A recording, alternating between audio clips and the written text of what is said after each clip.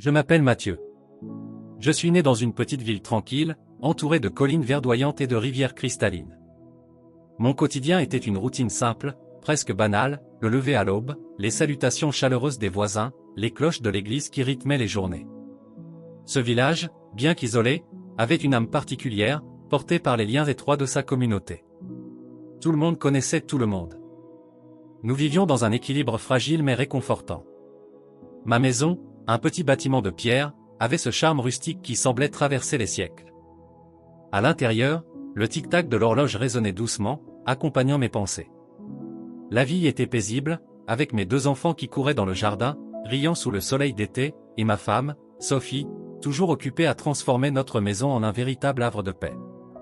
Je travaillais comme instituteur dans l'école locale. Enseigner était pour moi plus qu'un simple métier, c'était une vocation. Chaque matin, je voyais dans les yeux des enfants cette lumière d'innocence et de curiosité, et cela m'encourageait à leur offrir le meilleur de moi-même. Nous partagions des histoires, des leçons de vie et parfois des silences qui en disaient long. Ils me rappelaient que l'essence de la vie réside dans sa simplicité, dans ces moments où l'on est pleinement présent. Le dimanche était un jour sacré. Nous nous rassemblions tous à l'église du village, une bâtisse ancienne au clocher imposant. Là, sous les vitraux colorés, nous chantions, prions et écoutions les sermons du Père Luc. Ces moments avaient quelque chose de magique. Ils nous unissaient, nous rappelaient que nous faisions partie d'une communauté plus grande, liée par une foi commune.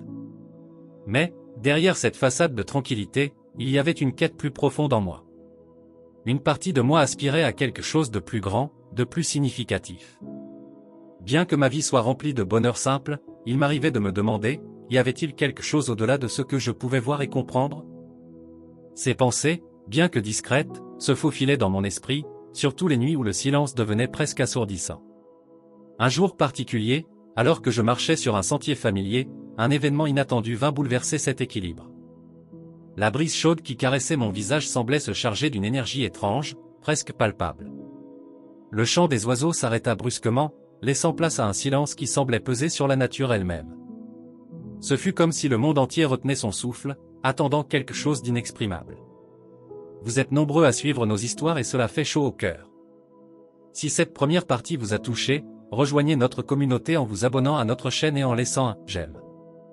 Ensemble, nous partageons bien plus que des récits, nous bâtissons un espace de réflexion et de foi. À tout de suite pour la suite. Alors que je continuais à marcher sur le sentier, un sentiment étrange d'appréhension s'empara de moi. Il y avait quelque chose dans l'air, une tension invisible, comme si le paysage tout entier portait en lui une vérité que je n'étais pas encore prêt à découvrir. Les arbres, d'ordinaire familiers, semblaient me scruter, leurs branches formant des ombres qui dansaient doucement sur le sol. Mes pas ralentirent, et un frisson parcourut ma colonne vertébrale, malgré la chaleur persistante de l'après-midi. C'est alors que je l'entendis, un bruit sourd, comme un grondement lointain, venant des collines à l'horizon. Au début, je pensais qu'il s'agissait d'un orage imminent, mais le ciel était clair, teinté d'un bleu profond. Mon cœur s'accéléra, et une voix intérieure, calme mais insistante, me souffla de continuer à avancer. Plus je progressais, plus ce grondement devenait fort, résonnant dans ma poitrine comme un tambour. Arrivé à une clairière que je connaissais bien, je m'arrêtai net. Devant moi, le paysage que j'avais si souvent traversé semblait différent. Une lumière intense émanait d'un point précis, scintillant au loin comme une étoile tombée du ciel. Cette lumière, bien qu'aveuglante, n'était pas douloureuse. Au contraire, elle semblait m'attirer, comme si elle portait en elle une promesse que je ne pouvais ignorer. Je m'approchai, pas à pas, le souffle court, mon esprit partagé entre la peur et une curiosité irrésistible. Chaque pas semblait me rapprocher d'une vérité que je ne comprenais pas encore mais que mon âme reconnaissait. Lorsque je fus enfin suffisamment près, je vis ce qui produisait cette lumière, une croix, suspendue dans les airs, flottant au-dessus du sol. Elle brillait d'une lueur dorée, enveloppée d'une énergie qui semblait vivante. Je tombai à genoux, submergé par une émotion que je ne pouvais contenir. Les larmes me montèrent aux yeux, et une chaleur inexplicable envahit mon cœur. Ce n'était pas une peur ordinaire, mais une crainte révérentielle, une reconnaissance instinctive de quelque chose de divin, bien au-delà de ma compréhension humaine. Alors que je contemplais cette vision, une voix profonde et apaisante résonna dans l'air. Elle ne semblait pas provenir d'un endroit précis, mais remplissait tout l'espace autour de moi. « Mathieu, sois sans crainte, dit-elle, avec une douceur infinie. Ce que tu vois aujourd'hui est une invitation. Mon esprit était envahi de questions, mais aucune parole ne franchit mes lèvres. Je restais là, figé, tandis que cette lumière m'enveloppait complètement, apportant avec elle une paix que je n'avais jamais connue auparavant. Le grondement que j'avais entendu plus tôt s'était arrêté, remplacé par un silence sacré, un moment suspendu entre le ciel et la terre. Mais avant que je ne puisse pleinement comprendre ce qui se passait, la lumière commença à se retirer, laissant derrière elle une empreinte indélébile dans mon cœur. Je savais, au plus profond de moi, que ma vie venait de changer pour toujours. Lorsque la lumière se dissipa, je restai figé, comme si le temps lui-même s'était arrêté. Tout semblait irréel. Le silence qui suivit était si profond qu'il résonnait en moi, amplifiant chaque battement de mon cœur. Je ne savais pas combien de temps j'étais resté là, à genoux dans cette clairière, mais une chose était claire, ce que je venais de vivre n'appartenait pas à ce monde. Alors que mes pensées se mélangeaient, un léger souffle de vent caressa mon visage, comme une main invisible et bienveillante. C'était comme si cette force divine, qui s'était manifestée devant moi, refusait de m'abandonner entièrement. Lentement, je me relevai, mes jambes tremblantes sous le poids de ce que je venais de vivre. Le chemin de retour semblait soudain étrangement lointain, comme si je venais de franchir une frontière invisible entre deux mondes. En reprenant ma marche, j'eus la sensation que tout ce qui m'entourait avait changé. Les arbres, le ciel, la terre sous mes pieds semblaient imprégnés d'une vitalité nouvelle. Même les oiseaux, qui avaient disparu pendant cette vision, chantaient à nouveau, mais leur mélodie paraissait empreinte d'une harmonie plus profonde. Je ne pouvais m'empêcher de me demander, était-ce vraiment la même forêt que celle que j'avais traversée en venant? Plus j'avançais, plus un sentiment de paix s'installait en moi, comme une rivière qui coule doucement dans un lit autrefois asséché. Cependant, avec cette paix venait aussi une prise de conscience troublante, je portais désormais une responsabilité. Ce que j'avais vu, ce que j'avais ressenti, n'était pas simplement destiné à moi.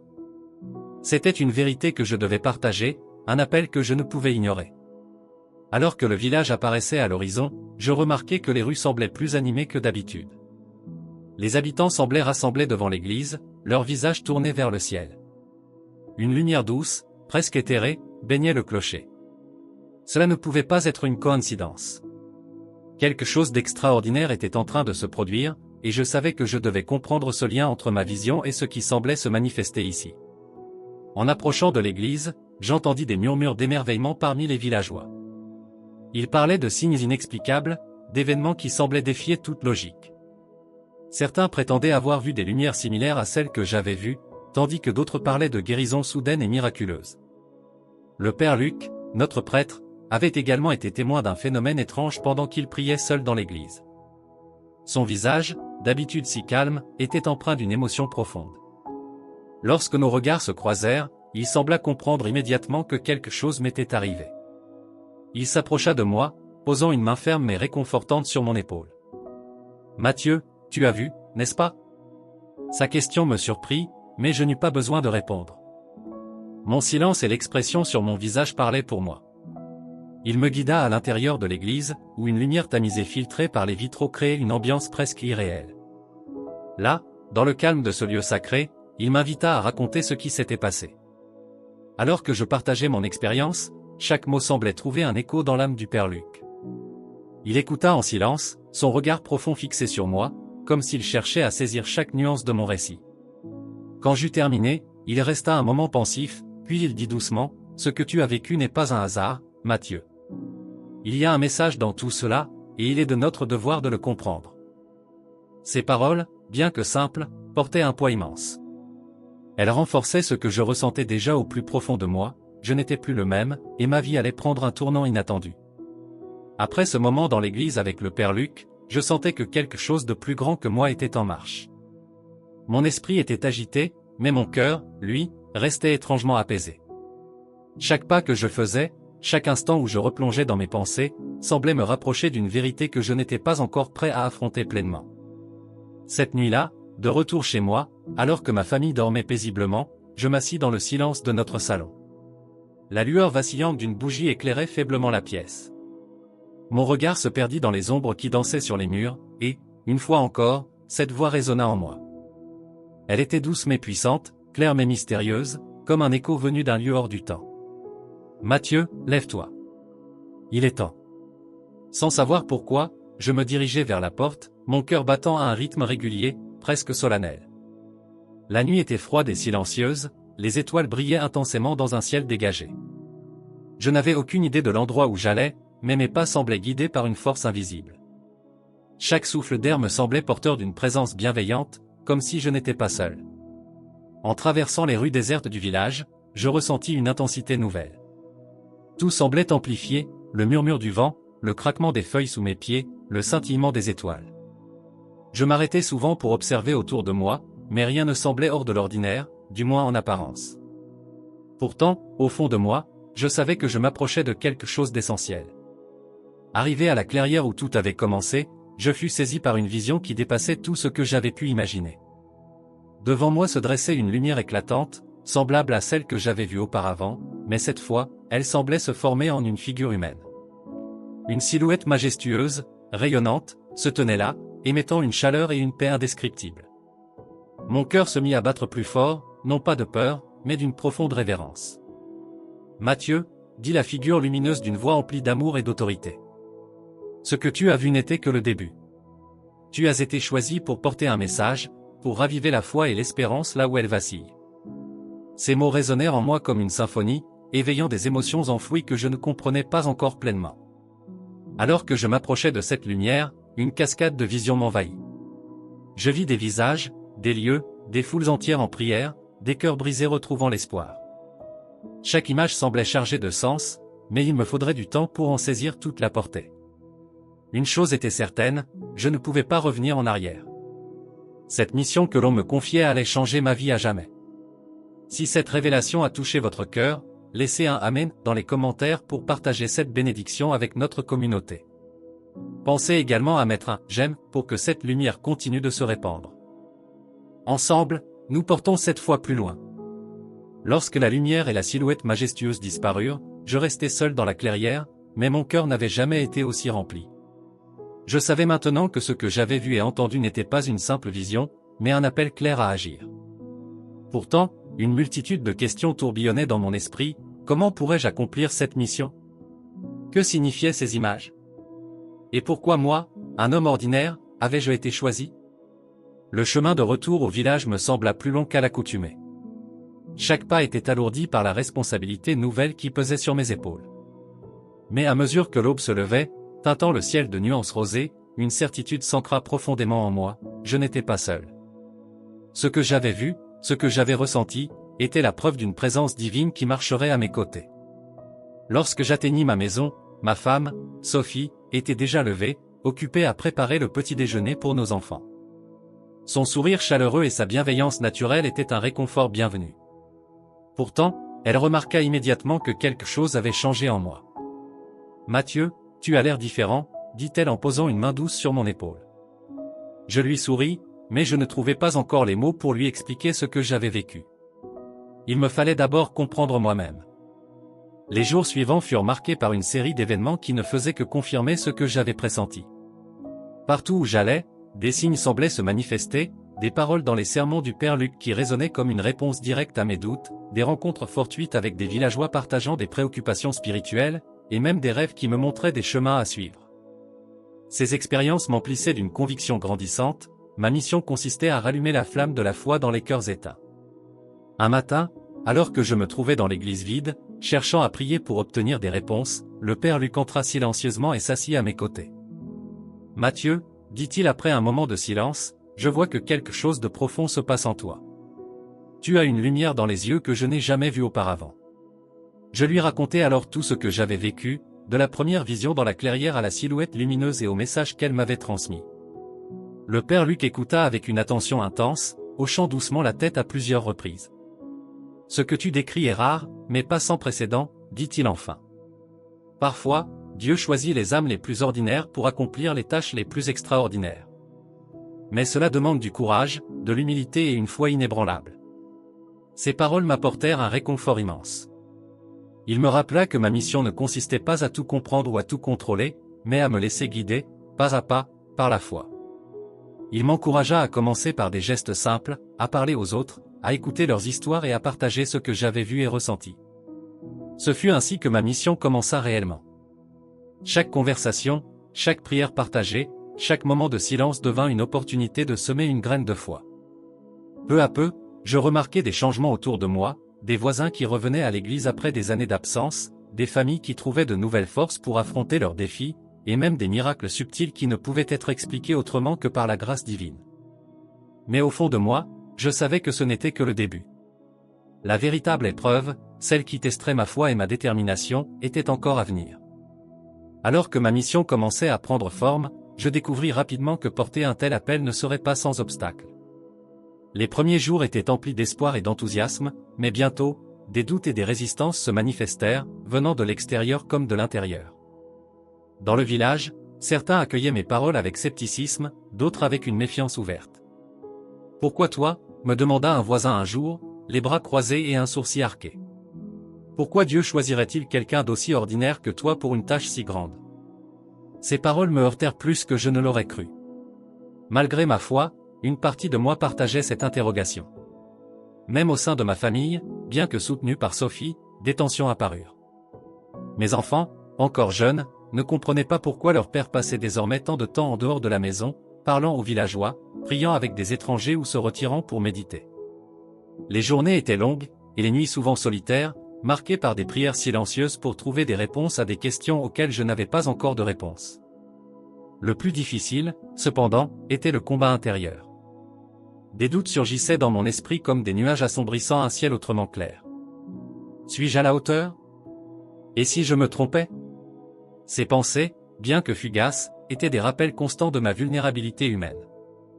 Mais chaque fois que je tombais dans ces spirales d'incertitude, une force invisible me relevait. Une simple prière, un sourire d'un enfant ou un coucher de soleil magnifique suffisait à raviver ma foi. Une nuit, alors que je me trouvais seul dans l'église, cherchant des réponses dans le silence, une lumière douce remplit soudainement la pièce. Ce n'était pas une vision éclatante comme celle que j'avais vécue auparavant, mais une présence subtile, réconfortante. Je ressentis une chaleur profonde dans mon cœur et une voix intérieure murmura, « Les défis font partie du chemin. Reste fidèle. » Ces mots, bien qu'aussi simples qu'une brise légère, portaient un poids immense. Ils me rappelèrent que chaque grande mission est accompagnée d'épreuves, mais que celles-ci ne sont jamais sans raison. Elles forgent la foi, affinent la détermination et préparent l'âme à recevoir des bénédictions encore plus grandes. Petit à petit, je commençais à voir les fruits de mes efforts. Des cœurs s'ouvraient, des vies changeaient, et une unité nouvelle naissait dans notre communauté. Mais, au fond de moi, je sentais que le véritable sommet de cette mission était encore devant moi, une étape ultime qui me demanderait de rassembler tout le courage et toute la foi que j'avais cultivés jusque-là. Si cette histoire vous inspire et nourrit votre foi, rejoignez notre communauté en vous abonnant à notre chaîne. N'oubliez pas de mettre un « j'aime » pour soutenir notre mission de partager ces récits avec le plus grand nombre. Ensemble, nous continuons à avancer sur ce chemin de foi et d'espoir. Les jours passèrent, et avec eux grandissait la sensation que je m'approchais d'un moment décisif. Chaque rencontre, chaque prière, chaque pas semblait me guider vers une vérité qui se tenait juste au-delà de ma compréhension. La lumière intérieure que j'avais ressentie depuis ma première vision continuait de briller, mais elle était désormais accompagnée d'une anticipation presque palpable. Quelque chose de grand se préparait, et je savais que cela changerait tout. Un soir, alors que le village était enveloppé dans un calme profond, une inspiration soudaine me poussa à retourner dans la clairière. C'était comme un appel silencieux mais irrésistible. Je quittai ma maison sans bruit, laissant derrière moi le sommeil paisible de ma famille, et marchais dans l'obscurité éclairée seulement par les étoiles. Chaque pas était accompagné d'une paix profonde et d'un sentiment d'urgence inexplicable. Lorsque j'arrivai à la clairière, le paysage semblait baigné d'une lumière surnaturelle. Une fois encore, cette lumière ne provenait d'aucune source visible, mais emplissait tout l'espace d'une clarté douce et réconfortante.